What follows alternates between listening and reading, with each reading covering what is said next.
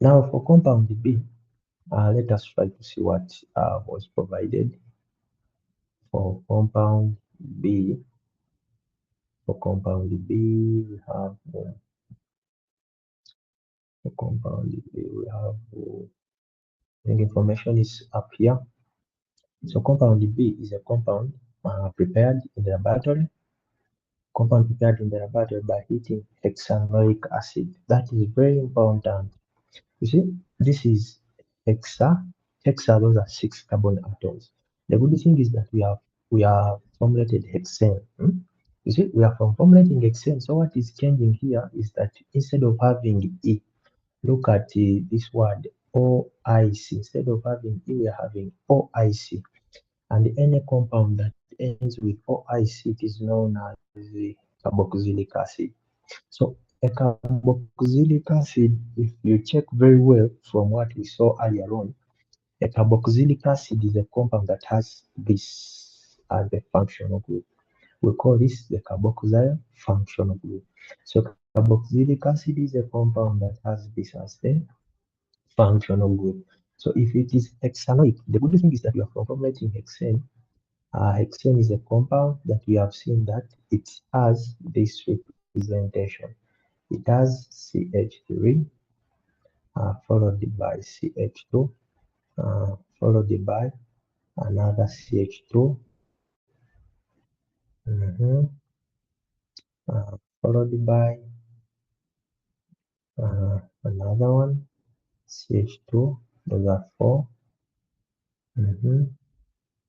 Then the fifth one CH2. Now instead of having the sixth one, remember the sixth one is CH3. Now instead of having that, I put this OIC, the carboxyl functional group. Now this is what we call hexanoic acid. I have only changed the sixth carbon atom and put the functional group for the carboxylic acid, known as hexanoic acid. So this is our hexanoic acid. You have to be knowing where this compound is coming from because it is a synthetic or preparative technique. So meaning that compound B is prepared by heating this acid. It is prepared by heating that acid with the soda lime.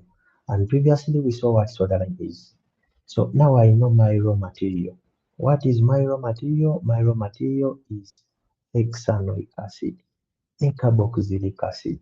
Now somewhere we saw that to prepare, because B is prepared by heating, any compound that is prepared by heating this acid with the soda lime, that has to be an alkane.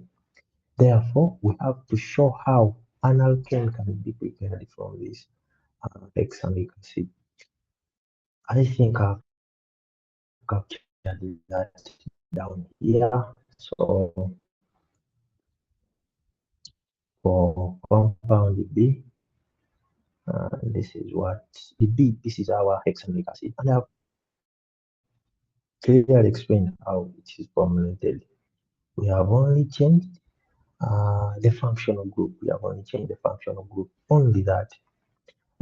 So this is my carboxylic acid.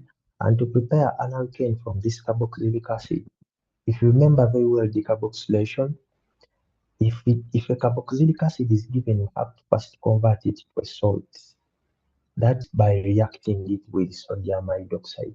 So if I react it with sodium hydroxide, I'm reacting an acid with a base.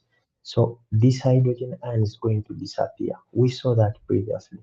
So once it disappears, I synthesize. So in particular, this hydrogen here, this hydrogen, because the reaction between an acid and a base results in production of a salt and water. So that hydrogen and the OH, they form water. Then this Na and the remaining part of the raw material, they give me my salt. So my salt is here, and I have not added the water because water is not an organic product. Water is not an organic product. So it is a minor product, and I've highlighted that you are at leverage of leaving out the minor product. It is not organic. Then this salt, in particular, it is known as sodium hexanoate, because it is coming from it is coming from hexanoic acid, so it is sodium. If you want its name is sodium hexanoate. It's like when you have sodium chloride. So in this case, the radical is called hexanoate. Yeah, this remaining bit here, I'm going to hexanoate. Hexanoate. So this part here is what is called hexanoate. Yeah, if sodium is part, then it is called sodium hexanoate. Yeah, so hope that is clear. So this salt now I react it with the soda lime. Soda lime is a mixture of sodium hydroxide and calcium oxide, and this is a decarboxylation reaction. You have seen previously that it is a decarboxylation reaction where this reagent, in particular, uh, this functional group is removed. It is removed so that it goes with this. So it is removed so that we have a minor product of sodium carbonate. Why sodium carbonate? You see, there are two atoms of sodium. Which ones? There is this one I'm taking, and there is also another one in that raw material. So those are two. Followed by C, this is C in my sodium hexanoate, then followed by the three oxygens. This is two, and this one here. So those are the three oxygens. So that is a minor product of sodium carbonate, which I can choose to ignore. Then this hydrogen that is left here, that hydrogen, and the other remaining bit, they give me my alkane of interest. They give me my alkane of interest. So my alkane in this case is the my alkane in this case synthesized is there. Yeah. And in particular it is called pentane. Pentane, why pentane? Because of the five carbon atoms, and that is compound B. Next for compound C, let us go back and see compound C, information that was provided for compound C. For compound C, it is a compound prepared. Compound C is a compound prepared by reacting one bromo ethane. Now that is very important. What is one bromo ethane? So people must learn how these compounds are formulated.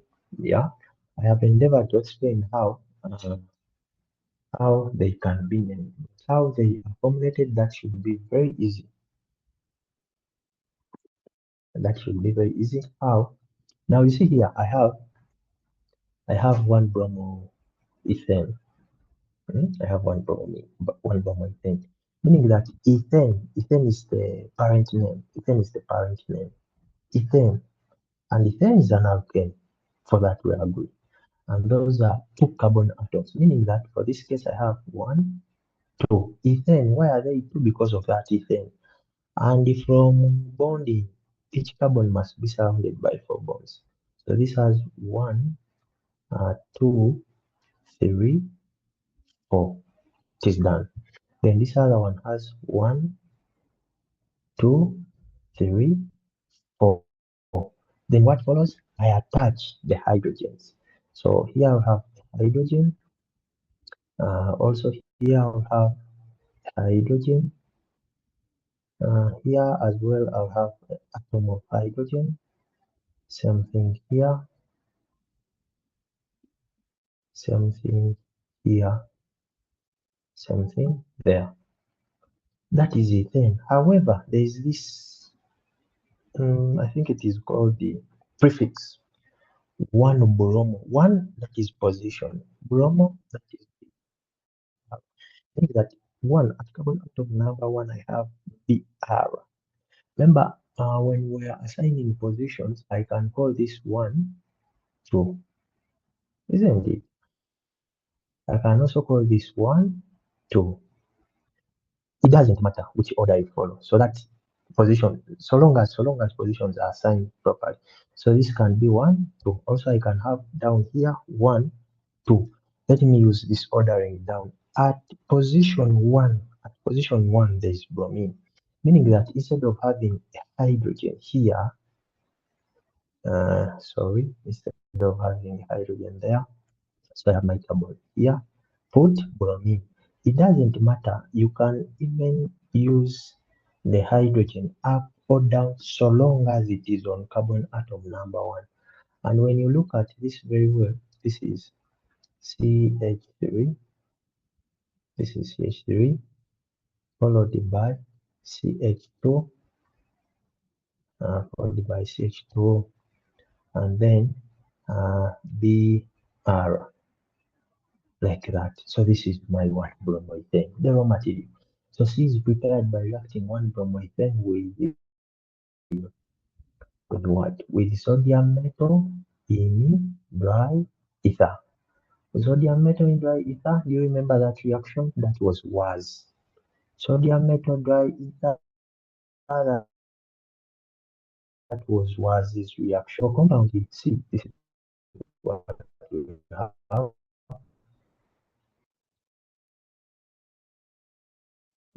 This is what we have. Compound there. Yeah.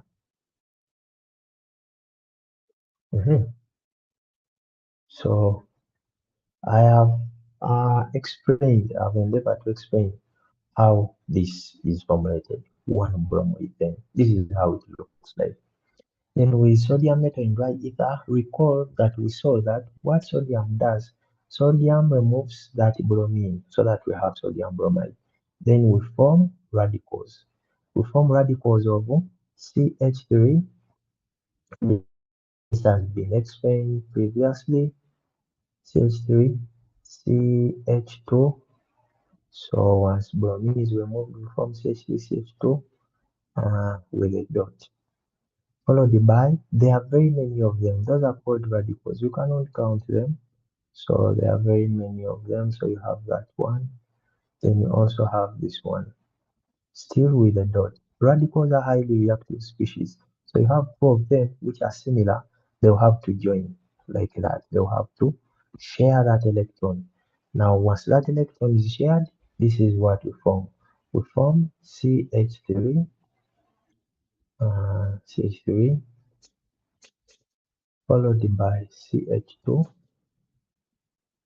followed by CH2, followed by another CH2. Finally, there is a CH3. People have a tendency of writing this, and I've said that this is wrong. So if you write CH3, then so that is CH3, followed by CH2, followed by CH2, and then you follow it with CH3,